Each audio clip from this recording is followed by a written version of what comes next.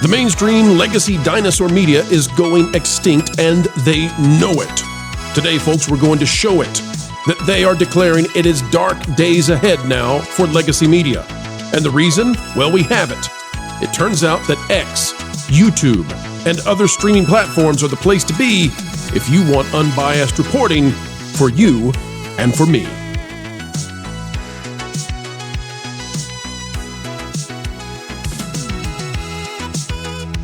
Hello, ladies and gentlemen. Welcome back to the Pro Channel, where we as ever endeavor to explain entertainment, keep you ahead of that culture curve. And today, folks, we're talking about the official orthodoxy that was and is no more. They know they are heading out the door, gone to pasture finally, as they have been vanquished. The legacy dinosaur media going extinct truly, and they're declaring it. Out of Fox News, folks, as we're going to start today, Lindsay Cornick is the author. This is not where we will stay, though. But stay with us for just a moment and click the like button. It says 60 Minutes reporter Lesley Stahl admits worry about future of legacy media. She says, I'm very dark about it. Trusted media has repeatedly polled at record lows. I want to play what she has to say, and then I'm going to show you just how poorly the public now believes in the legacy dinosaurs, such that they have lost all control of maintaining the narrative, and I don't believe they'll ever get it back. This will have huge ramifications not only on news organizations, but the entertainment companies who own them. Here's what Lesley Stahl has to say. But we're at a point where if the President of the United States is going to say legacy media is dead, well, I guess Musk said that.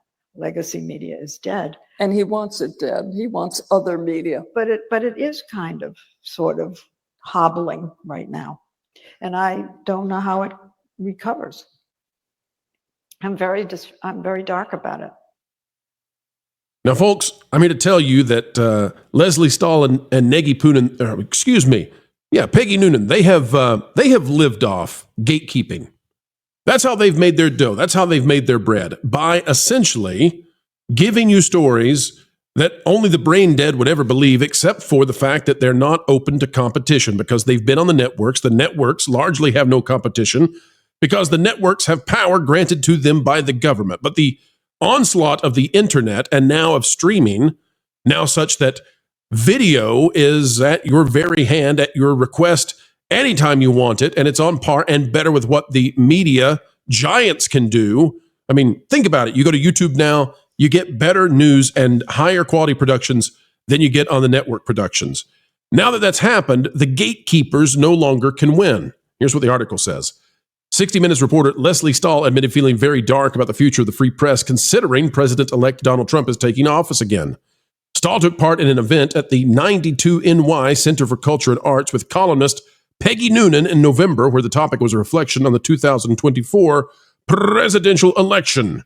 During their conversation, they lamented falling trust in and attention to the mainstream media. The press is fraying, Stahl said. And I hate to say this to her, but it's never coming back.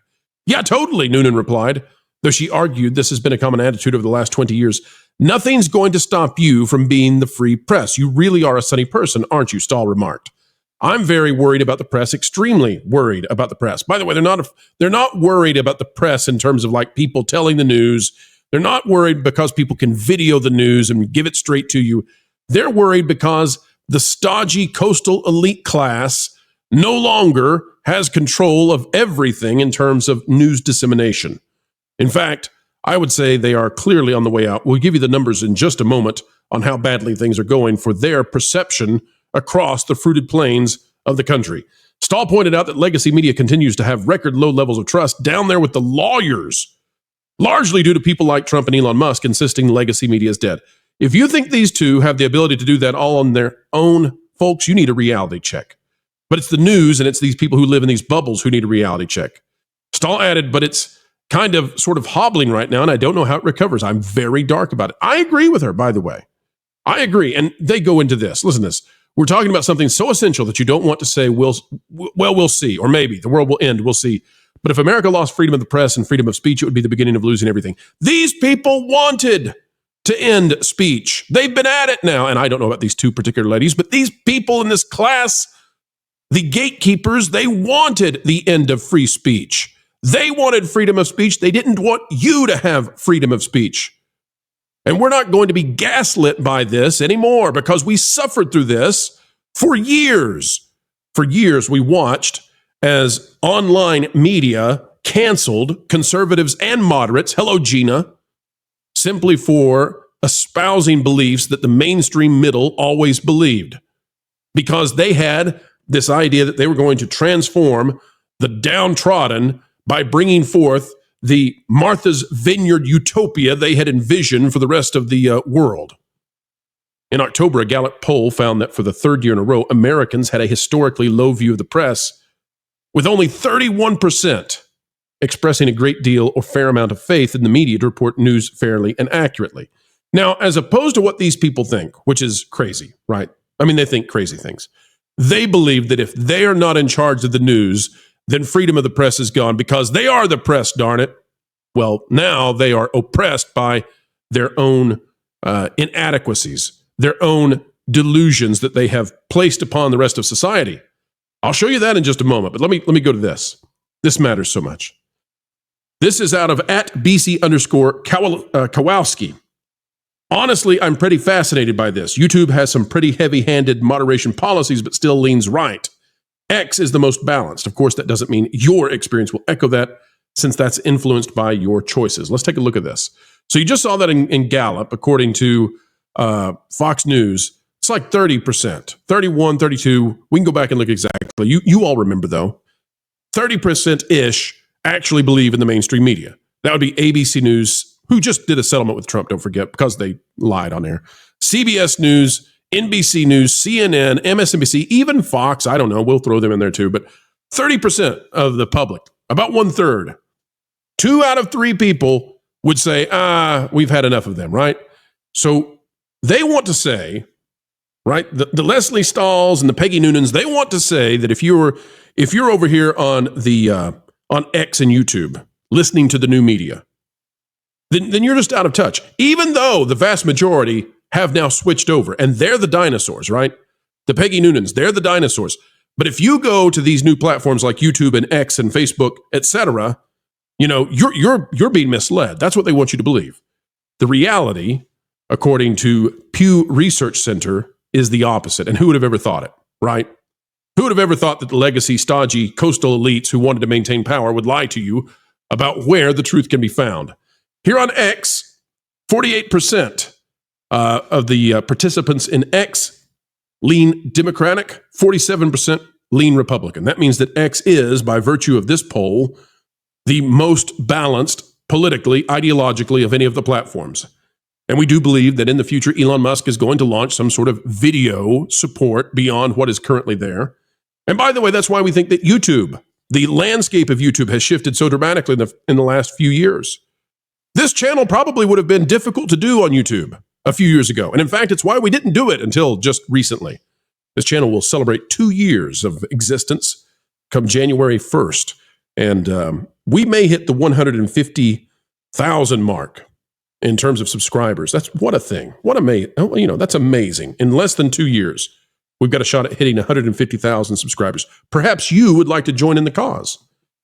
YouTube now, 50% lean conservative. Facebook, 50% lean conservative. And then, of course, TikTok and Instagram, much farther to the left, as well as Reddit. Now, I don't want to leave out, they didn't include this, but the humble, rumbling green machine, I think you know what I'm talking about, it likely leans very far to the right, and so it's not in this measurement, but I think it deserves to be included in these measurements. And by the way, this is where everybody is found now. X and YouTube, right? I mean, they've just exploded. X is the biggest news app in the world.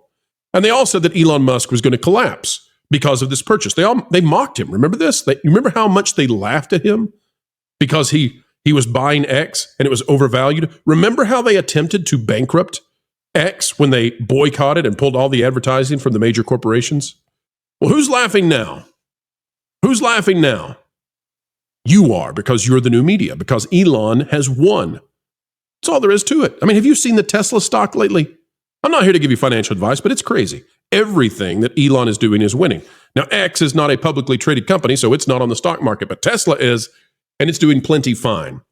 X is doing plenty fine as well. YouTube also, and I believe because of the influence of Elon, YouTube has been forced into the mainstream middle, the sensible center, and they're making tons of money for it. And we're happy for them because we're pro Team YouTube, because we're here on Team YouTube, and we want YouTube to do well. Meta/Facebook, I think, has been slightly downhill.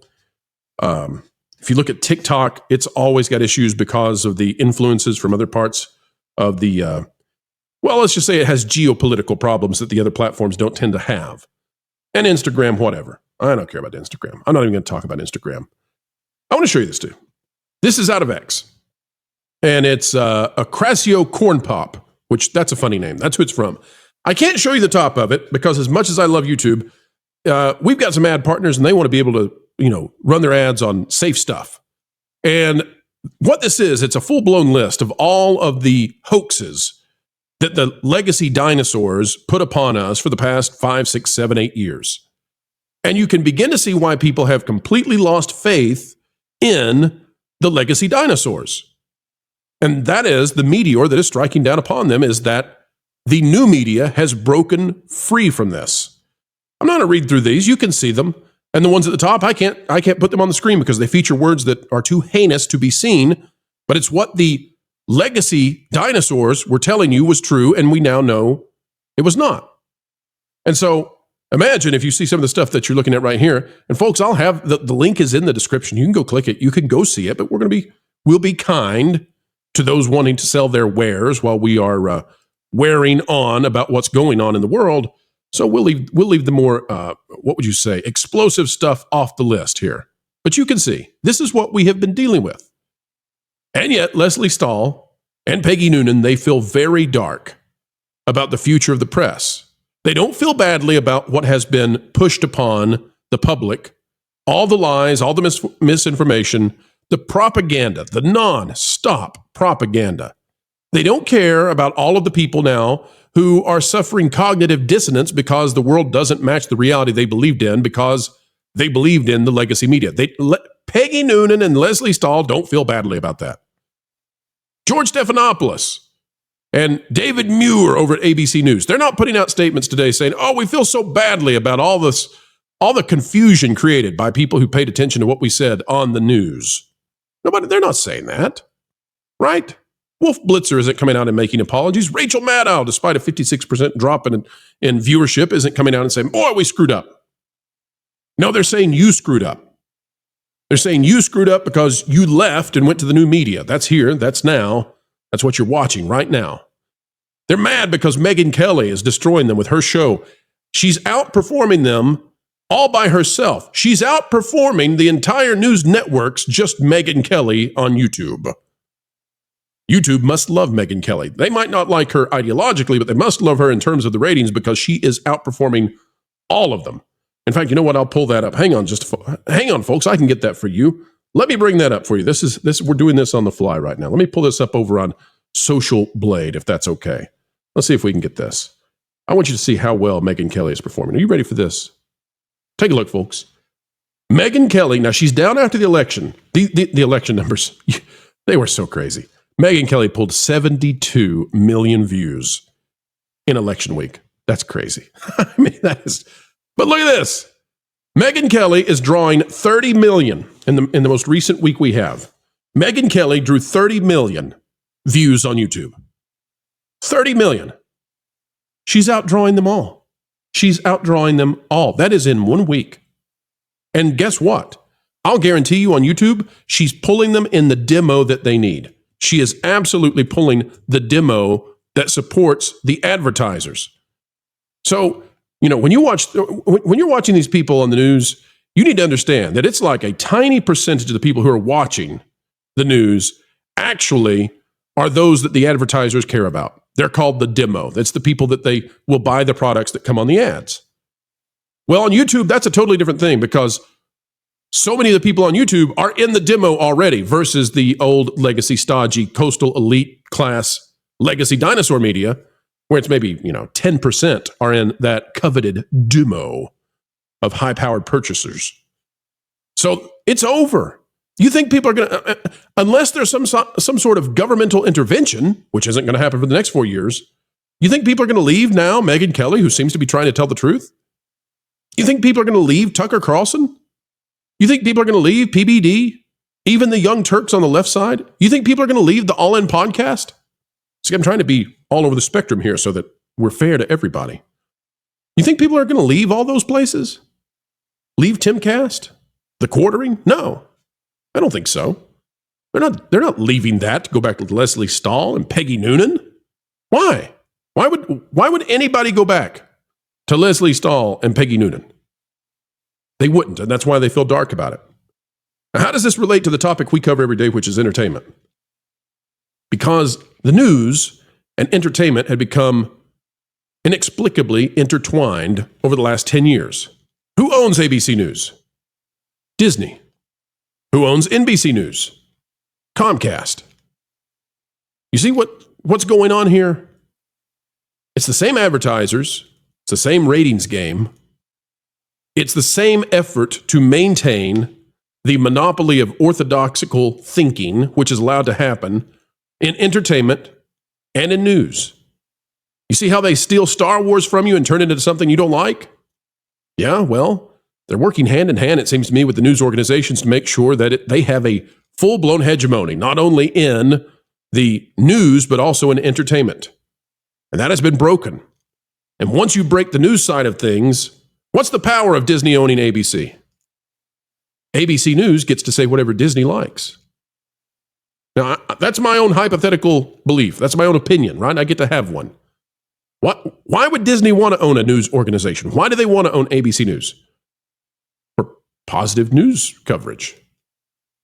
So if the news breaks free of the corporate control, which is what is happening, guess what happens to these entertainment companies?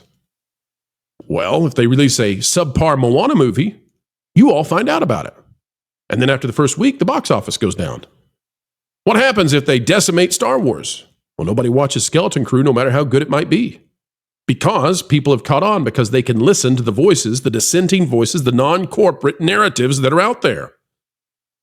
So there's been a major push by the entertainment companies. Please help us hang on to the corporate legacy, dinosaur, media. It must stand because it's how we convince people to stand with us. And now that it's dying, now that it's on its way out, you all can find out who the shills have been, and you can turn away from them and go to the truth tellers.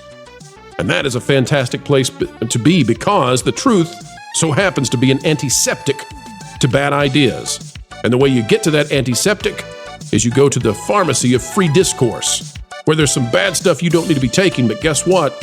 There's a chance you're going to find something real good there at the pharmacy of free discourse. Let free speech reign, baby. And here we are. Sorry, Peggy.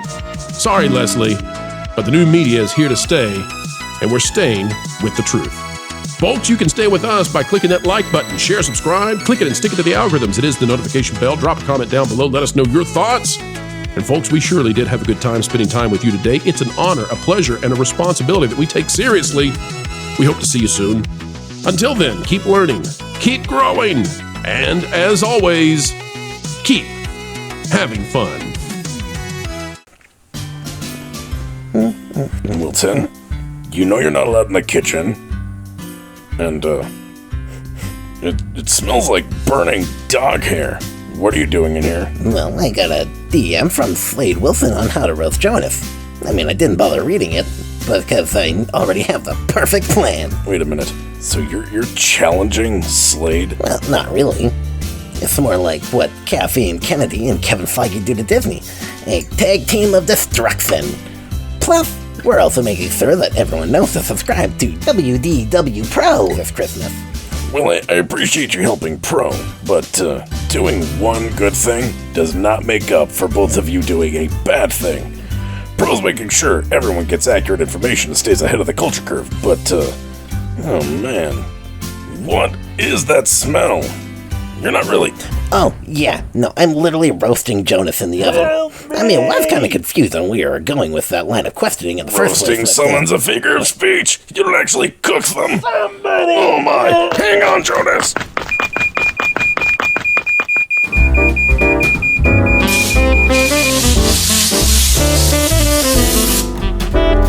Well, I hope you're happy about what you've done this Christmas, Wilton. You almost ended Jonas. On the brighter side, he looks great with that new tan. I guess you could say I gifted him a nice complexion.